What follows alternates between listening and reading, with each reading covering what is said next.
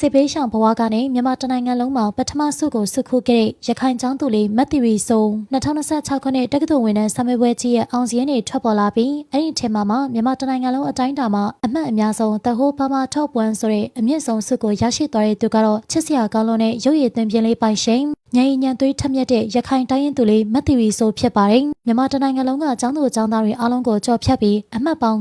962မှတ်6ဘာသာဂုဏ်တူးနဲ့ The Whole Burma First နေရာကိုရယူနိုင်ခဲ့ကောင်မန္တလေးမြို့ချမ်းအေးသာဆန်မြို့နယ်က CAE ကိုပိုင်ထက်တန်းကျောင်းကနေဝင်ရောက်ဖြည့်ဆို့ခဲ့တာဖြစ်ပါတယ်သူရရှိခဲ့တဲ့အမှတ်ပေါင်းက10နှစ်တာအတွင်းမှာအမြင့်ဆုံးအမှတ်ဖြစ်ပါတယ်ရှင်ဘာသာရပ်တိုင်းမှာအမှတ်တွေကတောင်းလုံးကောင်းမွန်နေတာကြောင့်လူဦးရေသိန်းနဲ့ချီပြီးဖြည့်ဆို့တဲ့အထက်မှာပထမဆုရှင်ဖြစ်လာခဲ့တာပါ The Whole Burma First နေရာကိုရရှိသွားခဲ့တဲ့ရခိုင်တိုင်းရင်းသူလေးမတ်တီရီဆိုကမန္တလေးသူစစ်မဟုတ်ပဲစစ်တွေသူလေးဖြစ်ပါတယ်ရခိုင်ပြည်နယ်ကနေမန္တလေးမြို့ကြီးကိုရောက်ရှိလာတဲ့စစ်ပေးရှောင်ကျောင်းသူလေးတရားဖြစ်ကောင်မွေးရမြေကိုဆွန့်ကောင်မန္တလေးမှာလာရောက်နေထိုင်နေရတာပါစစ်ပေးရှောင်ရပေမဲ့စာကိုအလွန်စူးစမ်းတာကြောင့်မြန်မာတနိုင်ငံလုံးမှာပထမအဆင့်နဲ့အောင်မြင်သွားခဲ့တာပါမိဘတွေအတွက်လည်းဂုဏ်ယူစရာကောင်းတယ်လို့ရခိုင်ပြည်နယ်အတွက်လည်းဂုဏ်ယူစရာကောင်းတဲ့ဒီကျောင်းသူလေးကရုပ်ရည်ချောမောသူလေးဖြစ်ပါတယ်ငငယ်ကလေးကစာစူးစမ်းခဲ့သူဖြစ်တဲ့မတ်တီရီဆိုကစစ်ပေးရှောင်ရပေမဲ့လည်းစူးစမ်းထုတ်မှုကတော့မလျော့သွားခဲ့ဘူးရှင်မန္တလေးမှာနေထိုင်ရတဲ့ကိုပိုင်ကျောင်းကိုတက်ရောက်ခဲ့ကောင်ဘာသာစုံဂုဏ်တူးမှာအမှတ်အမြင့်ဆုံးကိုရရှိသွားခဲ့ပါတယ်ဆိုရှယ်မီဒီယာခေတ်ကြီးမှာအာယုံဆိုင်စရာတွေပေါ်များပေမဲ့ဒီလိုစုကြည်ကိုစုခိုးနိုင်တာကတော့တကယ့်ကိုချီးကျူးစရာဖြစ်ပါတယ်